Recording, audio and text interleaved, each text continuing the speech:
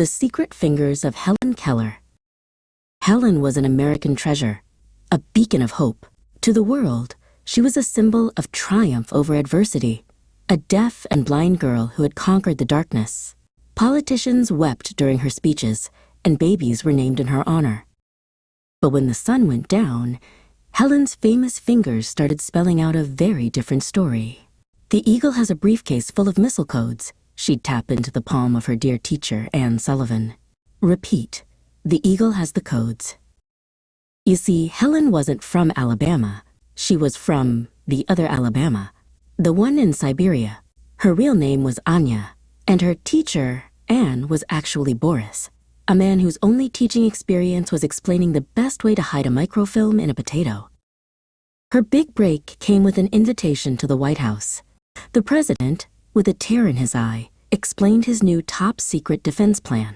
Helen nodded thoughtfully, her head tilted down as if in deep concentration. She was, of course, ignoring the president entirely. She was far too busy reading the nuclear launch codes he'd carelessly left sitting next to the jelly beans. "She's so moved by your patriotism, Mr. President," Boris's Anne explained, dabbing a fake tear from his eye. The act wasn't easy. Once, a waiter dropped a massive tray of clattering dishes right behind her. Every muscle in Anya's highly trained body screamed to flinch, but she held perfectly still, remembering Boris's words. A true spy does not react when a clumsy capitalist drops his dinnerware. Her cover was her greatest weapon. No one ever suspected the sweet blind girl. Security guards would wave her right past the most secure checkpoints. "Let her through," they'd say. "What's she going to do, feel the blueprints for the new stealth bomber?" Which is exactly what she did. Every night, after a long day of inspiring the nation, Anya would retreat to her room, pull out a telegraph machine hidden inside a giant braille copy of the Constitution, and tap out America's secrets to Moscow. But the pressure was immense. One day, while meeting a senator, she accidentally spelled Mother Russia into his hand instead of "nice to meet you."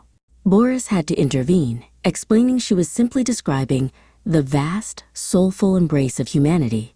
The senator was very confused. But no one ever caught on. To her dying day, Helen Keller was celebrated as the ultimate American icon of perseverance. And in a quiet corner of the Kremlin, a golden statue was erected in honor of Comrade Anya, the spy who truly saw and heard it all.